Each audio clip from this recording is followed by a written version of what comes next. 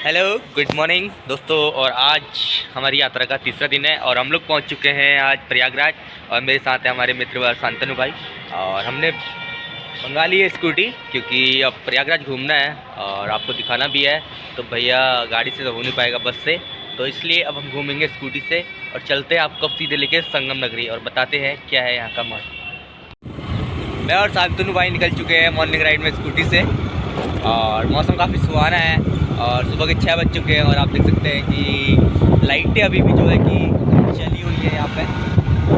और कुछ देर बाद सूर्योदय हो जाएगा और सफ़र का आनंद और बढ़ेगा। और अभी तो हम फिलहाल जा रहे हैं संगम नगरी सुबह की आरती देखने। तो चलते हैं और आपको भी दिखाते हैं।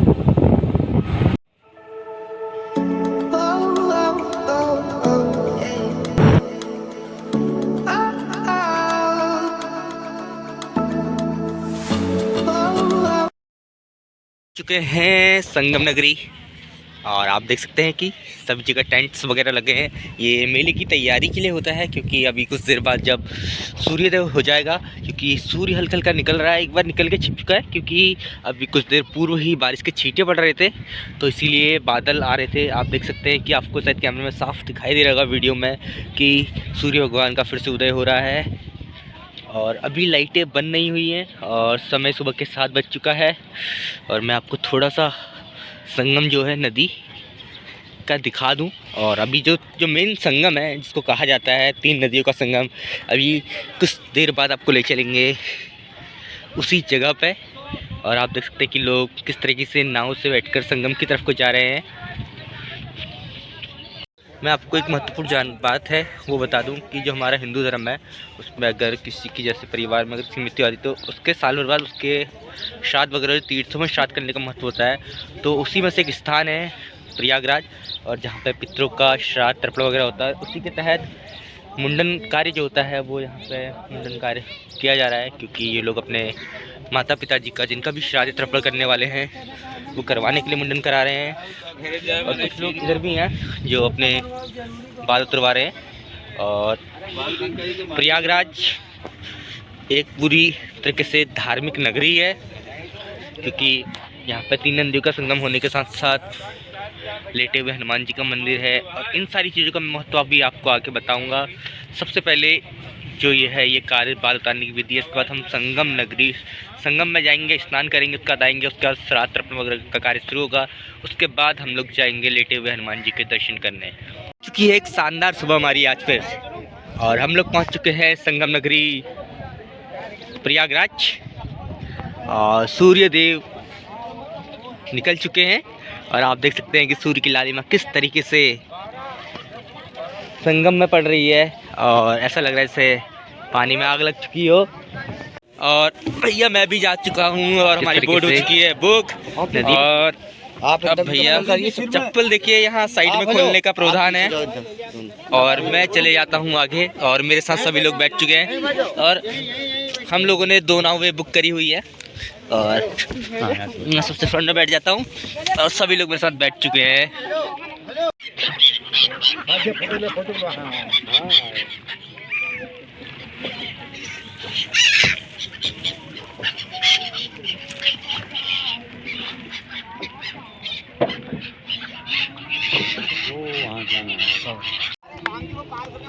और हमारी जो नाव है हो चुकी है चालू और हम लोग पहुंचने वाले हैं संगम के पास। और मैं जिस बोट में हूँ कुछ लोग मेरे साथ हैं और कुछ लोग हैं उस बोट में। आप देख सकते हैं कि हम लोगों ने 2 बोटें करी हैं और कुछ लोग उसमें, और कीर्तन भजन चालू है क्योंकि ये धार्मिक वो है तो इसलिए प्रभु का नाम लेना भी ज़रूरी है। और सूर्य देख सकते हैं कि पूरी तरीके से निकल चुके हैं, लेकिन अभी भी उनका उजाला जो है प्रकाश अच्छी तरीके से नहीं हो रहा है। और सूरज की लालिमा पूरी तरीके से पानी में पड़ रही है। देखिए ये चीज़ कैमरे में कैद करने वाली नहीं होती है। और ये कभी अगर आपको ये दृश्य देखना है तो उसके लिए आपको नेचुरल चीज़ें देखने के लिए और इसका आनंद लेने के लिए आपको एक बार ज़रूर प्रयागराज आना पड़ेगा। लोग जो है कि 2 नावों से हम लोग सफ़र कर रहे हैं क्योंकि एक नाव में सभी लोग आने थे, इसलिए जो हमारी दूसरी नाव है वो है बगल में और सभी लोग उसमें बैठे हैं और कुछ लोग मेरे साथ बैठे हैं।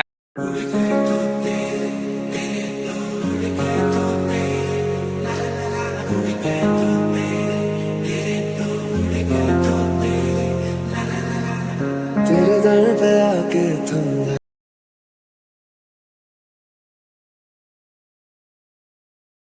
दोस्तों आप देख सकते हैं कि आपको पानी में डिफरेंट दिख रहा होगा, वो उधर यमुना जी हैं और ये है गंगा जी, और मैं बीच सेंटर में खड़ा हूँ और वो यमुना जी हैं और ये गंगा जी हैं। और मैं आप जो सरस्वती माता हैं वो पूरी तरीके से विलुप्त है और वो दिखाई नहीं दे सकती, लेकिन गंगा यमुना का फ़र्क साफ देख सकते हैं कैमरे में। अगर आपको साफ दिखाई नहीं दे रहा होगा तो आप कभी आएंगे तो आपको इसका पता चलेगा। दोस्तों मैं उस जगह पे खड़ा हूँ जहाँ पे गंगा यमुना सरस्वती तीन नदियों का संगम है, प्रयागराज, जो कि यज्ञ की परम भूमि मानी जाती है। नमस्कार दोस्तों, मेरा नाम गौरव शर्मा है। जहाँ हर 6 साल में अर्धकुंभ और 12 साल में महाकुंभ लगता है। भारत के उत्तर प्रदेश में बसा है प्रयागराज शहर, जहाँ कुंभ के दौरान करोड़ों श्रद्धालु आस्था की डुबकी लगाते हैं। प्रयागराज है त्रिवेणी संगम नगरी, जो कि भारत का महातीर्थ माना जाता है। गंगा यमुना सरस्वती के संगम का शहर है प्रयागराज। त्रिवेणी संगम से 50 मीटर की दूरी पर स्थित है लेटे हनुमान जी, जहाँ पे अभी हम आपको लेके चलेंगे आगे अभी दर्शन करने के लिए। दोस्तों संस्कृत में संगम का मतलब होता है मिलाप, और यह वही जगह है जहाँ पे तीन नदियों का संगम हुआ है, गंगा यमुना सरस्वती। और क्योंकि गंगा यमुना तो आप देख सकते हैं, लेकिन सरस्वती जो है वो पूरी तरीके से विलुप्त है, वो आपको दिख नहीं सकती और वो क्योंकि अदृश्य है इसीलिए। और सरस्वती अगर आपको देखनी है तो उसके लिए मैंने आपको अपने पिछले ब्लॉग में जब मैं चारधाम यात्रा पे था तो मैंने आपको बताया था कि सरस्वती का दिखाई थी। तो अगर आप लोगों को सरस्वती देखनी है तो उसके लिए आपको माड़ा गाँव बद्रीनाथ जाना पड़ेगा। और सभी लोगों के दर्शन वगैरह हो चुके हैं, अब सभी लोग जा रहे हैं श्राद्ध तर्पण के लिए, और कुछ लोग पूजा अर्चना का भी यहाँ पे कर रहे हैं। और हमारे प्रताप दा हैं जो देखिए इनकी जो पूजा की थाली थी वो पलट चुकी है। हो चुके हैं त्रिवेणी संगम में स्नान, और अब हम लोग चलेंगे आगे अपने अगले पड़ाव के लिए, क्योंकि अभी सभी लोगों को करना है श्राद्ध तर्पण वगैरह, और उसके बाद होंगे लेटे हनुमान जी के दर्शन और अक्षय वट जो यहाँ पे है उसके भी दर्शन करेंगे आज।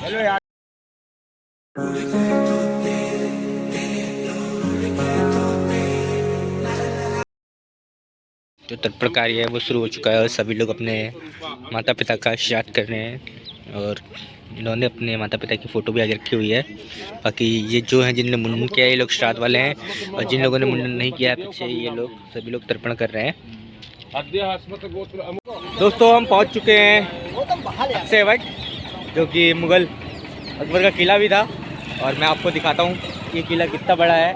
और जो ये फ़िलहाल है ये है भारतीय गवर्नमेंट के पास, इसका ज़्यादा हिस्सा, और कुछ में है जो पातालपुरी भी जिसे कहते हैं, और अक्षय वट जिसमें मंदिर है वही। तो मैं आपको अंदर फ़ोन लेना अलाउड नहीं है, तो मैं इसका आपको प्रवेश द्वार दिखा देता हूँ यहाँ से। दोस्तों ये है मंदिर का प्रवेश द्वार अक्षय वट का। तो मैं आपको इसके बारे में बता दूँ, पौराणिक कथाओं के अनुसार प्रयागराज में स्नान के बाद जब तक अक्षय वट का पूजन एवं दर्शन नहीं हो तब तक लाभ नहीं मिलता। मुग़ल सम्राट अकबर के किले के अंदर बने पातालपुरी मंदिर में स्थित अक्षय वट सबसे पुराने मंदिर बताया जाता है। अक्षय वट और इससे जुड़े मिथ और मान्यताओं के बारे में मैं अब आपको बताने जा रहा हूँ। अकबर किले के अंदर बने पातालपुरी मंदिर में स्थित है अक्षय वट। यहाँ के पुजारी जो कि हैं वो कहते हैं कि पौराणिक कथाओं के अंदर जब एक ऋषि ने भगवान नारायण से ईश्वरीय शक्ति दिखाने के लिए कहा था, तब उन्होंने क्षण भर के लिए पूरे संसार को जलमग्न कर दिया था, फिर इस पानी को गायब भी कर दिया था। इस दौरान जब सारी चीज़ें पानी में समा गई थी तब अक्षय वट बरगद का पेड़ का ऊपरी भाग दिखाई दे रहा था। इसी किले का इस्तेमाल भारतीय सेना द्वारा किया जा रहा है। ज़मीन के नीचे बने इस मंदिर में फेमस अक्षय वट है। इस किले में एक सरस्वती कूप भी बना है, जिसके बारे में कहा जाता है कि यह सरस्वती नदी जाकर गंगा यमुना में मिलती थी। इसके बारे में कहा जाता है कि मुग़लों ने इसे जला दिया था, क्योंकि पहले स्थानीय लोगों इसकी पूजा करने के लिए किले में आते थे। मान्यता है कि इस वृक्ष के नीचे जो भी इच्छा व्यक्त की जाती थी वो पूरी होती थी। और यहाँ के एक और पुजारी हैं कि जिनसे हमने पूछा था, अरविंद नाथ जी, ये मैंने बाहर किसी जानकारी ली थी, तो उन्होंने बताया था कि अक्षय वट वृक्ष के पास कामकूप नाम का तालाब था। मोक्ष प्राप्ति के लिए लोग यहाँ आते थे और वृक्ष पर चढ़ कर तालाब में छलांग लगाते थे। दोस्तों 644 ईसा पूर्व में चीनी यात्री हेनसांग यहाँ आया था। तब कामकूप तालाब में इंसानी नरकंकाल देखकर दुखी हो गया था। उसने अपनी किताब में भी इसका जिक्र किया था। उसके जाने के बाद ही मुग़ल सम्राट अकबर ने यहाँ किला बनवाया। इस दौरान उससे कामकूट तालाब और अक्षय वट के बारे में पता चला। तब उसने पेड़ के किले के अंदर और तालाब को बंद करवा दिया। अक्षय वट वृक्ष को अकबर और उसके मातहतों ने कई बार जलाकर और काटकर नष्ट करने की कोशिश की, लेकिन वो कभी सफल नहीं हो पाए। हालांकि यह भी कहा जाता है कि अकबर ने ऐसा इसलिए किया कि वो लोगों की जान बचा सके।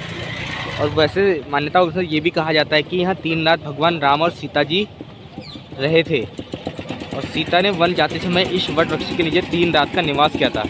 अकबर के किले के अंदर स्थित पातालपुरी मंदिर में अक्षय वट के अलावा 41 देवी देवताओं की मूर्तियाँ स्थापित है। अगर दोस्तों जब भी कभी आप आएंगे, क्योंकि अंदर फ़ोन कैमरा अलाउड नहीं है, तो आप वहाँ जाकर देख भी सकते हैं। और मैं इसके बारे में आपको एक और बता दूँ कि सरस्वती नदी है, उसके बारे में भी आपको थोड़ा सा बता देता हूँ। इसमें ब्रह्मा जी द्वारा स्थापित वो शूल टंकेश्वर शिवलिंग भी है, जिस पर मुगल सम्राट अकबर की पत्नी जोधाबाई जलाभिषेक करती थी। शूल टंकेश्वर मंदिर में जलाभिषेक का जल सीधे अक्षय वट वृक्ष की जड़ में जाता है, वहाँ से ज़मीन के अंदर से होते हुए भी सीधे संगम में मिलता है। ऐसी मान्यता है कि अक्षय वट वृक्ष के नीचे से ही अदृश्य सरस्वती नदी भी बहती है। संगम स्नान के बाद अक्षय वट का दर्शन और पूजन यहाँ वंश वृद्धि से लेकर धन धान्य की समृद्धि तक मनोती पूर्ण होती है। आप आएंगे तो आपको एक भारतीय ध्वज शान से लहराता हुआ दिखेगा, और जो कि आप सामने, आपके ठीक सामने होगा।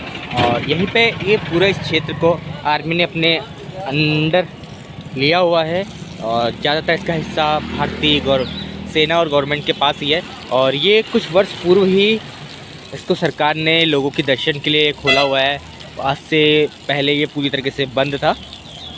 और दोस्तों अब आपको ले चलते हैं यहाँ पे लेटे हुए हनुमान जी के दर्शन कराने के लिए। भैया क्या नाम है तुम्हारा? कुणाल। कुणाल, कितनी आवाज़ें निकाल लेते हो? 3। भैया मिले हैं और यहाँ पे 3 प्रकार की आवाज़ें निकालते हैं। कौन सी आवाज़ निकाल के दिखाओगे? ये देखिए गाय की आवाज़ निकाल रहे हैं। ये गाय की थी? भैंस की। और गाय की निकाल लेते हो? और ये देखिए बकरी की आवाज़ निकाल लेते हैं भैया। और ये महानुभाव का नाम है अमन भाई। क्या करते हो? ईटा गाड़ी करते हैं। ईटा गाड़ी करते हैं और दर्शकों का मनोरंजन भी करते हैं। तो दोस्तों भैया को फेमस करें। धन्यवाद अमन भाई आपका। कुणाल नाम है भैया का, अमन नहीं माफ़ी जाएंगे। दोस्तों ऐसा आप देख सकते हैं कि प्रयागराज में छोटी सी देवी माँ को, बच्ची को देवी माँ के रूप में बनाया गया है। कितनी सुंदर ये लग रही है, आप इसे देख सकते हैं। क्या नाम है आपका? क्या नाम है? क्या नाम है आपका? बोलते हैं कि भैया बता रहे हैं कि ये बोल नहीं सकती है, ये छोटी। आप देख सकते हैं कि वो पार्वती माता थी और ये भोलेनाथ हैं। और दोनों ही छोटे बच्चों को देखिए भगवान के रूप में सजाया गया है। और ये आप एक साथ देख सकते हैं, भोलेनाथ और पार्वती माता के दर्शन कर सकते हैं आप दोनों एक साथ हनुमान जी के मंदिर के पास। और इनको केले वाले हनुमान जी और बड़े हनुमान जी के भी नाम से जाता है। और आज है शनिवार और आप देख सकते हैं कि दर्शकों की कितनी लंबी लाइन लगी हुई है। तो मुझे तो लग रहा है कि दर्शन करने के लिए मुझे भी काफ़ी लंबा वेट करना पड़ेगा। और शायद वैसे तो फ़ोन यहाँ पे अलाउड होता है, लेकिन इतनी भीड़ में शायद ब्लॉग बनाना शायद नामुमकिन सा है, क्योंकि आज काफ़ी भीड़ है। और कहते हैं कि अगर सच्चे मन से यहाँ पे मुराद मांगी जाए तो वो हमेशा ही पूरी होती है। और ये बड़े हनुमान जी का जो मंदिर है उसका पुराणों में भी जिक्र किया गया है। दुनिया भर में यह अकेली एक ऐसी जगह है जहाँ लेटे हुए हनुमान जी की प्रतिमा है, जिनके दाएं पाँव के नीचे कांता देवी, बाएं पाँव के नीचे अहिरावण दबे हुए हैं। तो दोस्तों ये है बड़े हनुमान जी व लेटे हुए हनुमान जी का मंदिर। अगर आपको लेटे हुए हनुमान जी की फ़ोटो देखनी है तो आप गूगल में भी देख सकते हैं। मैं कोशिश करूँगा कि अगर मैं फ़ोटो लेके आपको दिखा सकूँ, लेकिन इतनी भीड़ में बहुत मुश्किल है। तो मैं भी सोच रहा हूँ कि दर्शन मैं बाहर से ही कर लूँ, क्योंकि इतनी भीड़ में लगने का मतलब अपने 2 या 3 घंटे ख़राब करने हैं। लेकिन भगवान की आस्था के लिए समय कोई बड़ा वो नहीं है, क्योंकि सब भगवान की कृपा से ही होता है। लेकिन मुझे थोड़ा सा बिजी हूँ तो इसलिए मैं आपको बाहर से ही दर्शन करा सकता हूँ। दोस्तों इस ब्लॉग को यहीं पे करते हैं समाप्त। तो बताइएगा कि आपको कैसा लगा यह ब्लॉग। तो मिलते हैं जल्दी आपसे अगले ब्लॉग में। तो तब तक के लिए tata bye bye. Like comment share subscribe करना ना भूलें और ब्लॉग को ज़्यादा से ज़्यादा शेयर करें। धन्यवाद।